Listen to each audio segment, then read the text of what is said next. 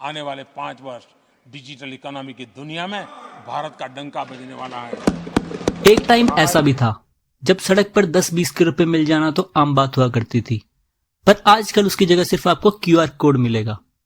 ये सबका क्रेडिट जाता है एक गेम चेंजिंग इंडियन टेक्नोलॉजी को, जिसका नाम है यूनिफाइड पेमेंट्स इंटरफेस, जिसे हम प्यार से यूपीआई भी बोलते हैं।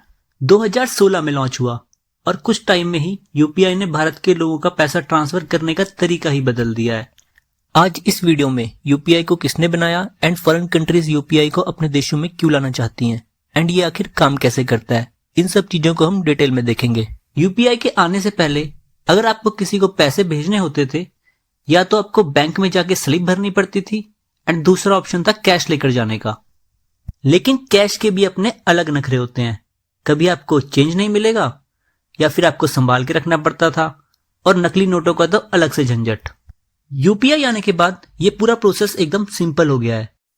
अब आपको पैसे भेजने के लिए सिर्फ चाहिए जिसका आपको पैसे भेजने हैं उसकी यूपीआई आईडी या उसका मोबाइल नंबर एंड कोई क्यूआर कोड जो आपको हर दुकान में आजकल देखने को मिल जाता है। अब आपको करना ही क्या है, ऐप खोलना है, अमाउंट भरना है और पिन डालना है, और पैसा सेकंड्स में ट्रांसफर, बिना बैंक में जाए, बिना कोई चार्ज दिए, बिना वेट किए, सब कुछ बिल्कुल रियल टाइम में।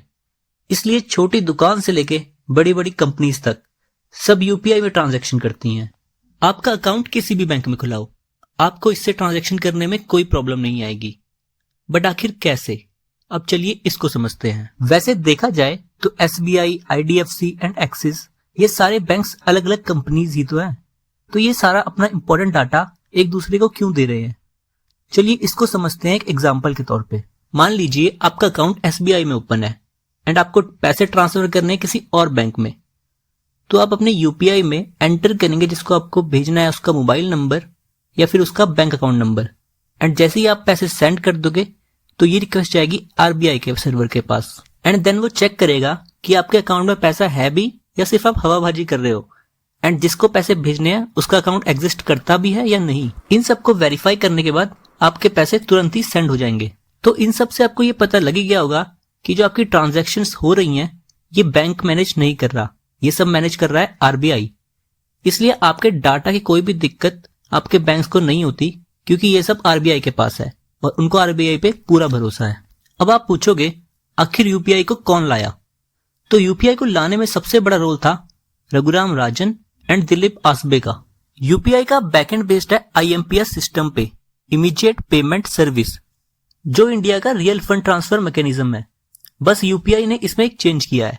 आईएमपीएस में पहले आपको IFSC code and accounts detail चाहिए होते थे, उसकी जगह यूपीआई ने लाया है वर्चुअल पेमेंट एड्रेस, जिसे आप अपनी यूपीआई आईडी भी बोलते हो। यूपीआई को जिसने बनवाया है एंड कंट्रोल करता है उसका नाम है NPCI, national payments corporation of India. ये एक नॉन प्रॉफिट बॉडी है जो इंडिया के डिजिटल पेमेंट सिस्टम को चलाती है, जैसे रूपे, आईएमपीएस, एईपीएस, भीम और यूपीआई। एनपीसीआई का रोल है सिस्टम को मेंटेन करना, सिक्योर रखना और नए फीचर्स को इंट्रोड्यूस करना।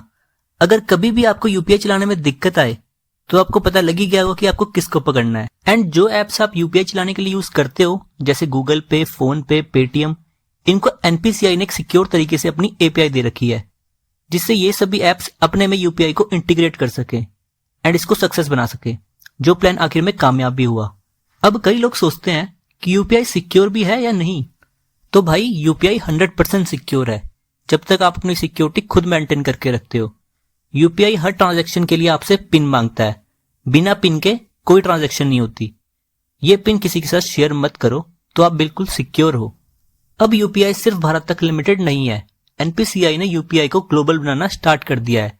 सिंगापुर, यूएई, फ्रांस जैसे कंट्रीज ने भी इंडियन टूरिस्ट को यूपीआई में पेमेंट करना एक्सेप्ट कर दिया है, और आगे चलकर आप UPI payments, subscription, even credit on UPI use कर पाओगे। डिजिटल इंडिया का ये एक शाइनिंग एग्जांपल है जिसे दुनिया कॉपी करने की कोशिश कर रही है।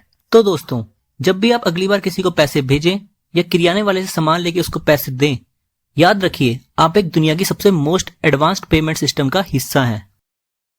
डिजिटल पेमेंट में से 40% भागीदारी भारत की है। अगर आपको ये वीडियो पसंद आई हो तो एक लाइक जरूर करना और कमेंट करके बताओ कि आप सबसे ज्यादा किस ऐप से यूपीआई पेमेंट करते हो। और हाँ, चैनल को सब्सक्राइब करना मत भूलना। मिलते हैं अगली वीडियो में।